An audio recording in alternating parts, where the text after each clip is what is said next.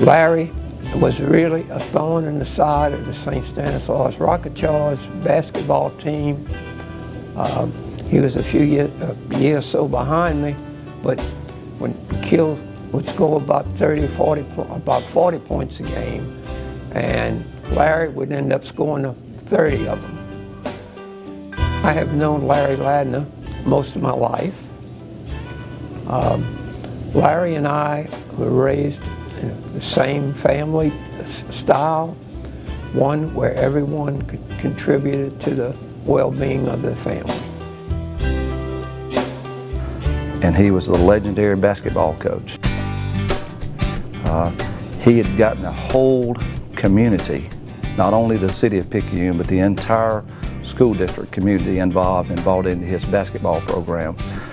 So much to the point when he would take his teams to the state tournaments, the teachers would put the radio in our classroom, and we'd actually not even have class that day. We would listen to the basketball game of Coach Ladner in the state tournament. So every young boy back at that time dreamed of playing basketball for Larry Ladner one day. I was fortunate enough to be a student and a cheerleader during the years that Coach Ladner coached basketball at Picayune Memorial High School. I'm a proud graduate of Picayune Memorial High School. And as he took our basketball program to unprecedented heights, he also enabled us, the students, the players, and every citizen of our little town called Picayune to know what it felt like to be champions. Larry is my first cousin. He is the son of Bertie Mae Ladner, and I'm the son of Sam Favre, and Bertie Mae and Sam were brother and sister. And he often refers to us as the Alpha and the Omega. He is the oldest of the first cousins, and I'm the youngest. Interestingly, I was telling that story to someone the other day, and the next day, when I was reading my devotional, I read a story about God referring to himself as the Alpha and Omega.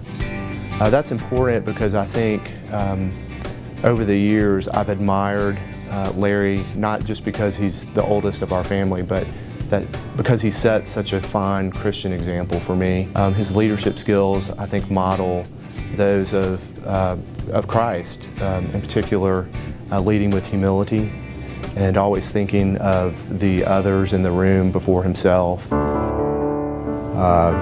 kind of is one of my heroes. He is a courageous man. I can tell you he faced many, many challenges that he was not anticipating following the Katrina hurricane and during the recovery process. Coach is synonymous with a saying, there is no room for failure. And he's one of the most motivational gentlemen that you'll ever meet in your life. What struck me about Coach was that no matter who you were, he made you feel important. He made you feel respected. And if you had something to say, he was going to listen to you.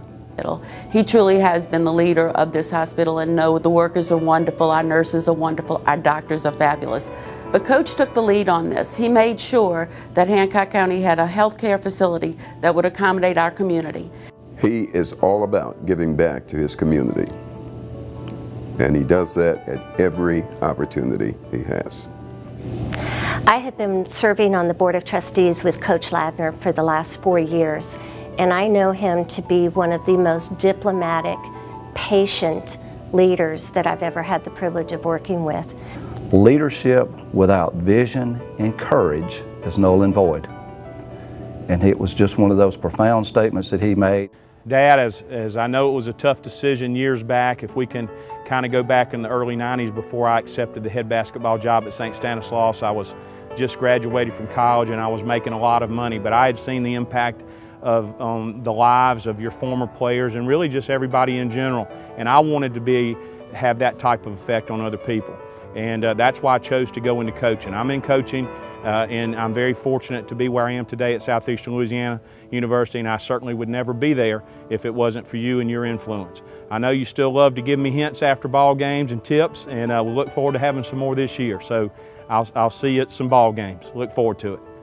I think, Dad, I'd also be remiss, and I'm certain you would agree, that there's no great man without a great woman, and we all love Mom too. And I don't know, you have had so many honors over the years, and they're so well deserved, but I know what goes on behind the scenes, and Mom, we love you as well, and I know that Daddy's appreciative of everything that you've done for him. We love you, Mom. I've always been fortunate enough to know Larry Ladner as Uncle Larry. He and Peggy, Aunt Peggy, some of the best people that I know. The rules that he lives by on the court are the same rules he lives by in life. He's just a man of class, character, integrity, perseverance, always a positive role model, and I just have always been very fortunate to have him as that model in my family life. He's always pushed me to do my best. I always think about him in my career path. In college, sports runs in our bloodline.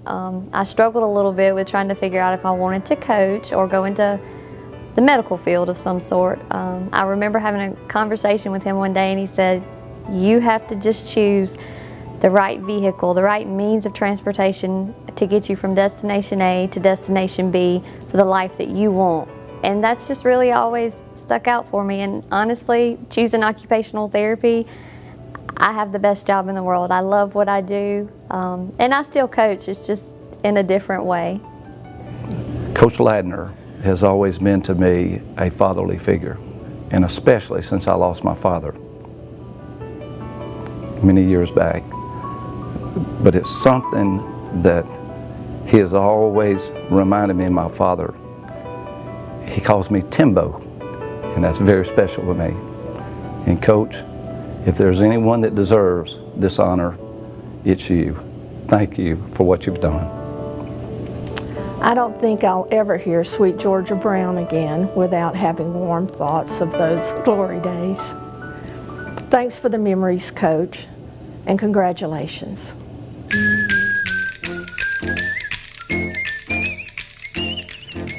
Coach Ladner is one of the kindest, most decent people that I have ever known. And so, Coach, thank you. Thank you for your service to our hospital, to our community. Thank you for your hard work. And thanks for making me a better person by your example. Thanks and congratulations, Coach and Miss Peggy. Thank you both. Coach Ladner, it's been such an honor to work with you on our board here at Hancock Medical Center. I've greatly appreciated our time together, and I appreciate your friendship. Congratulations on a really great night. I hope you have a wonderful evening tonight. God bless you, and thank you again. I think that he is probably so humbled at this honor. He turns red in the face whenever we remind him that he's being recognized. He's that kind of man, but I can't think of anyone more deserving. Coach, thank you very much for the leadership you've shown to this hospital. We're very proud of you. This is a well-deserved honor. And all I can say is that I just thank you so much for the fine Christian example you've shown me over the years. So congratulations to you, Uncle Larry. There's no one more deserving. I'm so honored to be your niece. I'm so proud of you, the things you've pushed Jay to do. Aunt Peggy, you're a wonderful person. I'm just so proud of you, your whole family. Thank you. Dad, I know you're thrilled tonight and have had a lot of great friends, and people say a lot of great things about you. And we just want to say on behalf of your children, Pam and Kim and Stuart and I, how much we appreciate everything that you've done for us. And I know that you're so honored to be the Moonlight Honoree of the Year for 2015. We are so proud of you. We love you very much, and we're very thankful for everything that you've done for us and raising us. Yes, that was that cat, all right.